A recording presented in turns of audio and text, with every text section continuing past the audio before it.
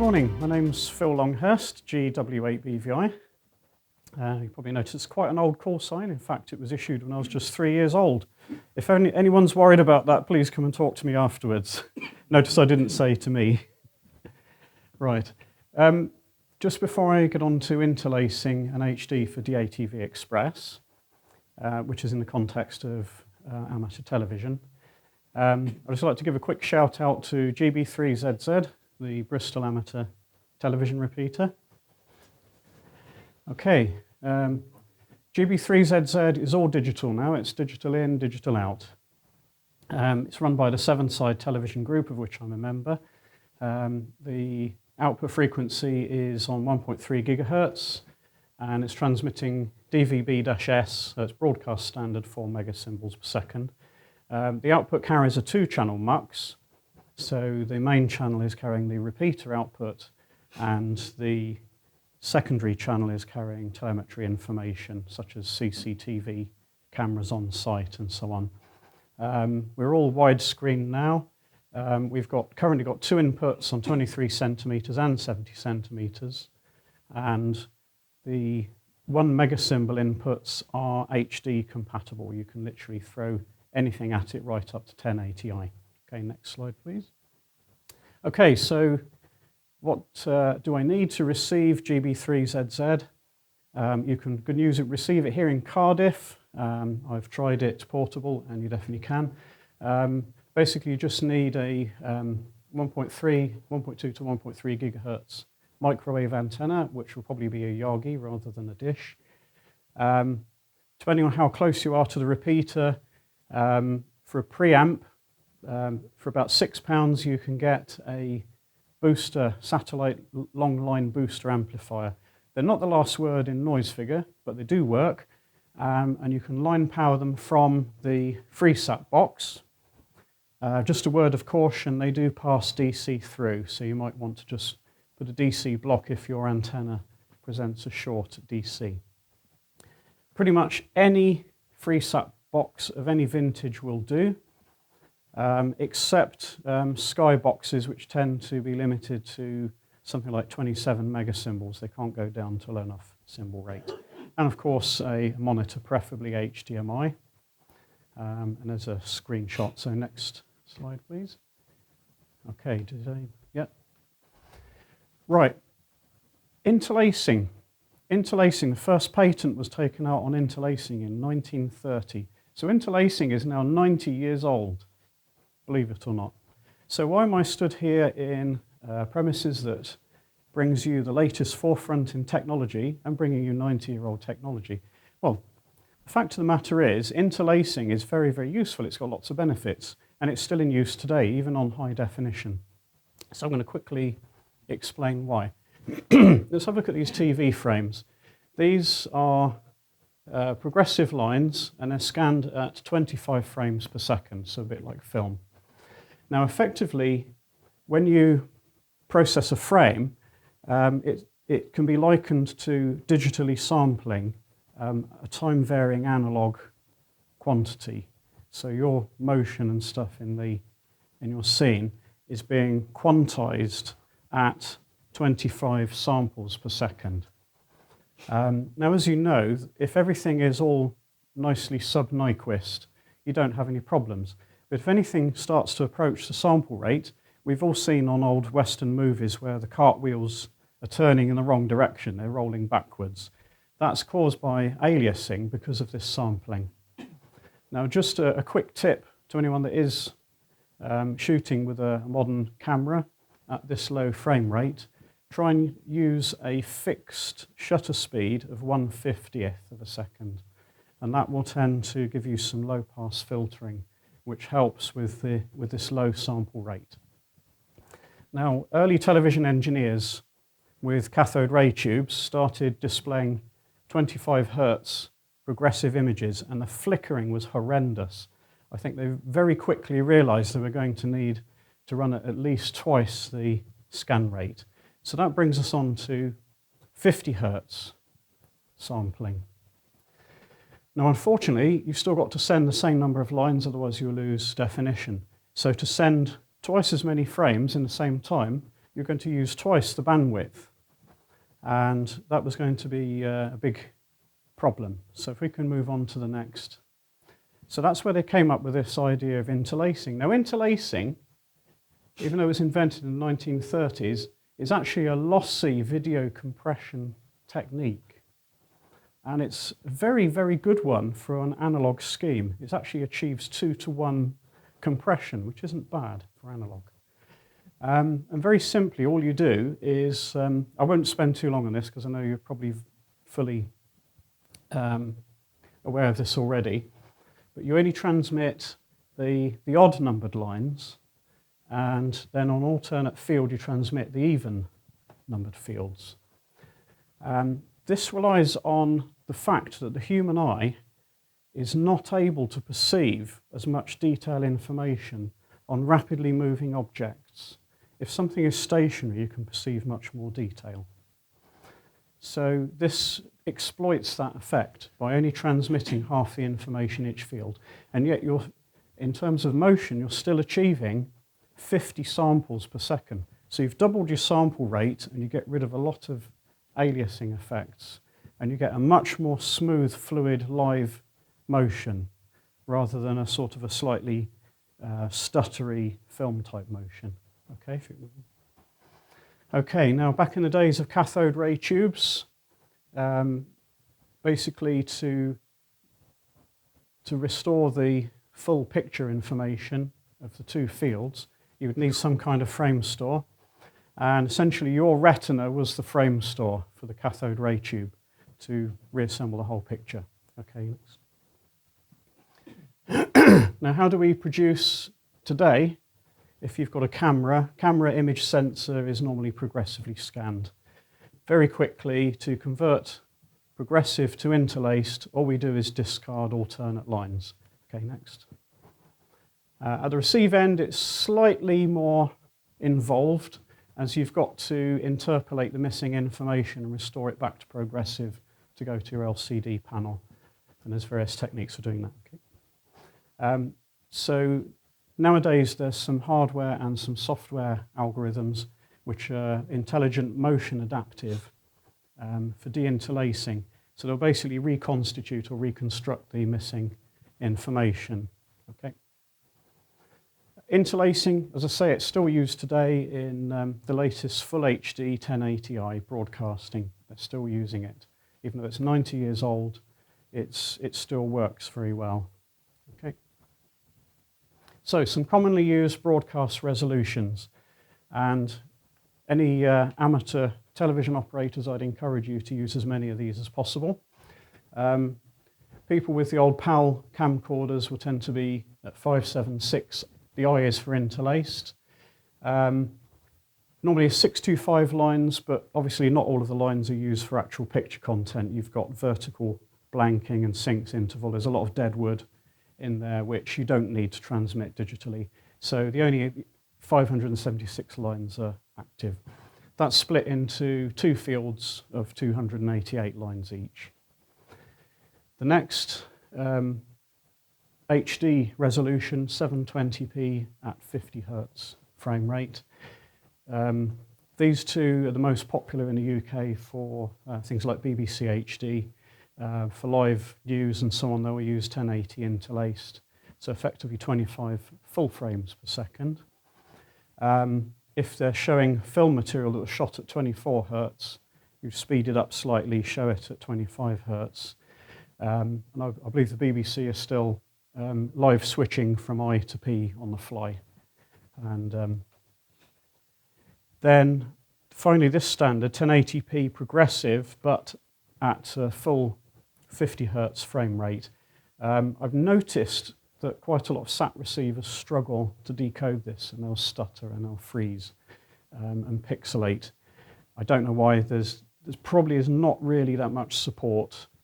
I know some countries like Germany and Czech Republic are starting to use 1080p with H.265 HEVC for terrestrial broadcast. Okay. So we want to get on air with HD amateur television. How are we going to do that?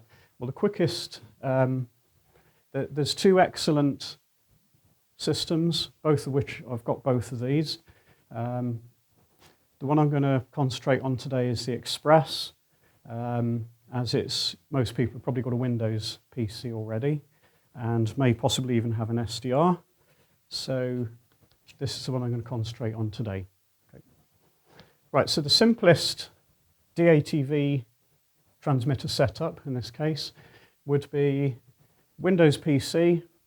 At the time this was filmed, that would be Windows 10. And on the output, an RF exciter, such as this. Now, typically an SDR would be a few milliwatts coming out, so I've not included the filtering, the amplifier, and the more filtering, which you should have on the output. You've got to get video and audio into the PC that's running the software, so you can either have a webcam built in if it's a laptop, or you can go in through a video capture device. Okay. RF exciters, some of you may already have one of these. I don't at the moment, so I'll skip on to the next one. This is the Lime SDR, and very many thanks to Sean VPG for 3D printing me a case for it on his 3D printer. Just hope you don't get overloaded with too many orders, Sean, after this. So this plugs directly into USB 3 on the PC. Okay, next, please. Now, for capture, if you're capturing from an analog standard definition source, like a camcorder or DVD player, then I'd recommend one of these. This is called an Easy Cap. You can get them from the BATC shop. If you want to experiment with HD, which I very much hope you will, if you want to move on to the next one, then you may need something similar to this. This is aimed at capturing the HDMI output of your Xbox or other games console or whatever, so that you can live stream your game online. Basically, all I'm interested in that it captures HDMI up to 1080p, connects to a PC via USB 3. Okay.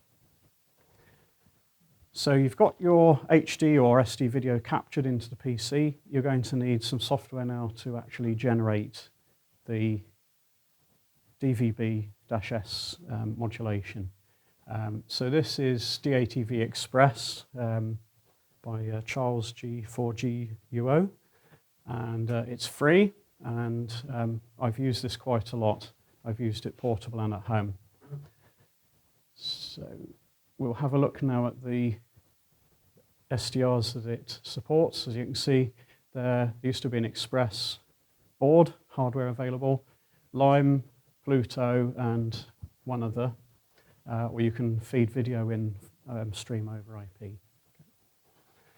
Now, I'm going to give you some key points here. This is key to getting it working nicely with interlaced video sources. First of all, if you're feeding it with interlaced video, so this is coming in from a capture device called vMix, which I'll come on to in a minute, make sure that you've checked the interlace box, otherwise things will look a bit funny. Okay. This one is absolutely key, this setting, if you're going to transmit HD, particularly 1080. The codec speed, first of all, you're going to set it up to H.264, I'd recommend for lowest latency, but please do change from the default ultra-fast to super-fast. Then you'll get a much, much better picture quality. It's revolutionary. Okay. Right, you can just use directly a webcam straight into DATV Express, but that will only give you whatever's available on your camera. If you like, you can add a companion app on your PC, which will literally act as an entire television studio, like a broadcast studio. You can mix in cameras, multiple cameras, pre-recorded videos, slides, etc. I'm going to look at two of these. There's one called vMix, which is kind of free for standard definition, but you have to pay if you want HD. It's about 50 quid plus VAT, and that license allows you to use it on up to 2 machines. Alternatively, the other one I've got as well is OBS, which is an open source free, including HD right up to 4K. Okay. So this is a screenshot of my home QTH mixer.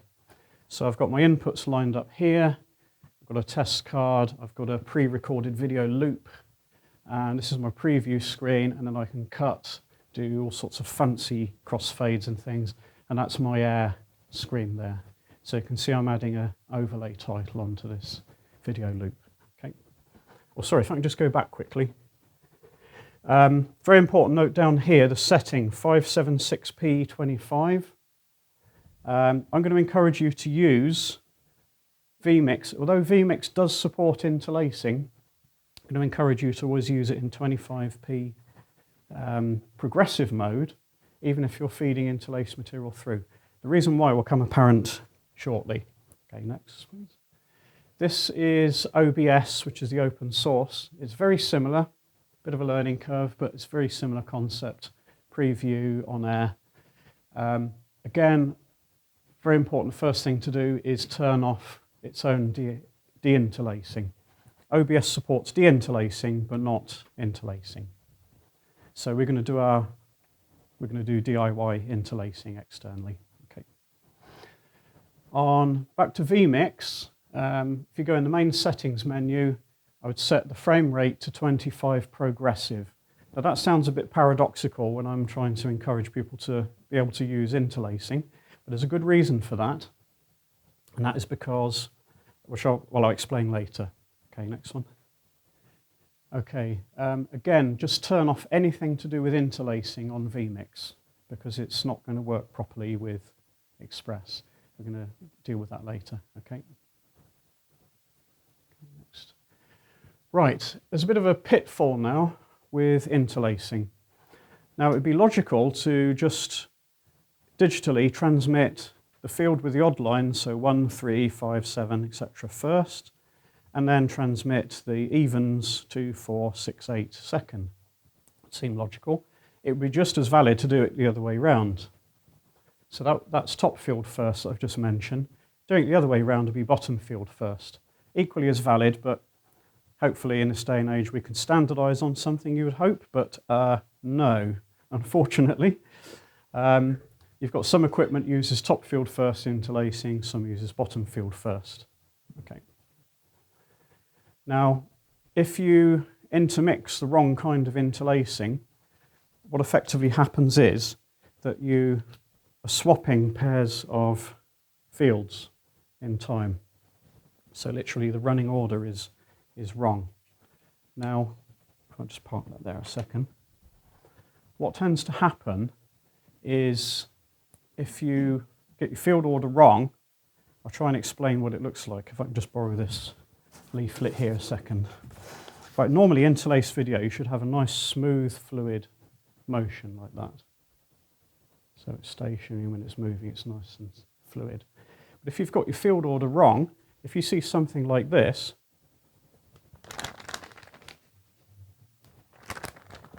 if you see this horrendous motion judder while it's moving but looks okay when it's stationary, then you've got your field order wrong. And that needs to be sorted out. Okay.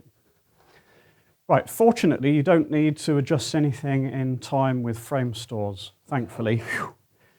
Very, very simple. This is the accepted broadcast industry technique now for swapping field order. All you do is you put a one-line vertical shift in the picture. So I take this top field first, starting with odd at the top, and all I do is I'm going to shift it up by one line. So over here, my top line has got cropped off and disappeared, and at the bottom I've just left a blank space. It might fill in with green or black. I don't really care, because it's one line, you're not even going to notice it. It's probably going to be off the bottom of the screen. Now what you've noticed has happened here is now that I've actually swapped the field order just by a spatial, so I've not adjusted anything in the temporal domain. All I've done is shift it spatially, and that has reversed the field order. So it's very straightforward. So how do I do this in software? Okay. So here's an example of a picture coming in from a video loop. In the settings for vMix, all I go is picture position, so you only correct the inputs as required. So you go to pan Y, and then you adjust this slider, Obviously, I've gone extreme. I've shifted it up by several tens of lines just to show you. All you need to do is shift it up by one line, and all of a sudden the field order's reversed, and everything is good. If you shift it up by 2 lines, then you're reversed twice, you're back to where you were. Up by 3 lines, then it's correct again. But 1 line is good, and it can be up or down. Okay? And then similarly in OBS, if you go into this transform menu, I'm not expecting you to remember all this. Feel free to grab a copy of the presentation if you need it. Transform menu, shifted up by 1 line, and all is good. Okay, so amateur television is all about having fun with microwaves and RF, getting pictures through. I was up on the Mendip Hills and I was sending HD video to Adrian G4 UVZ down in Taunton, about 35 miles away. I was using a 1 megasymbol rate with DVB-S2. And you may say, well, so what? Well, my TX power was around 50 to 100 milliwatts, and I was getting full HD signals through to Adrian. It's received here on his mini tune. So I started off initially with S2 QPSK. So you notice on the constellation you've just got 4 points there.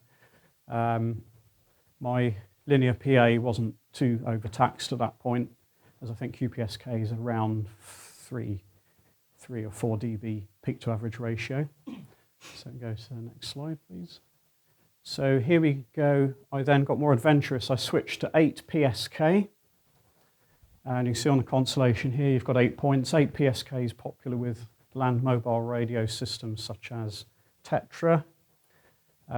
It's got about 2 or 3 dB peak to average ratio, if I remember rightly. So again, it's good for PAs. You can go to even higher modulation schemes such as 16 APSK, 32 APSK, but then you've got a lot of amplitude variation you've got to preserve, so your amplifier linearity is a lot more taxing. So in this case, just 8 PSK was giving me a good 720p HD signal through to Adrian and Taunton. I was parked next to a road, so you can see why a lot of the traffic was slowing down and driving very carefully as they went past me. But I would just encourage you all to have a go with HD, particularly the 1080i HD, which gives you a superb, sharp quality picture. You don't need to bloat to loads and loads of bandwidth because 1 megasymbol is perfectly adequate. And there's plenty of room there on the band for everyone to use. So I'd encourage you to go and have lots of fun on air with HD, now that you know how, and have fun there. So thank you very much indeed. Thank you.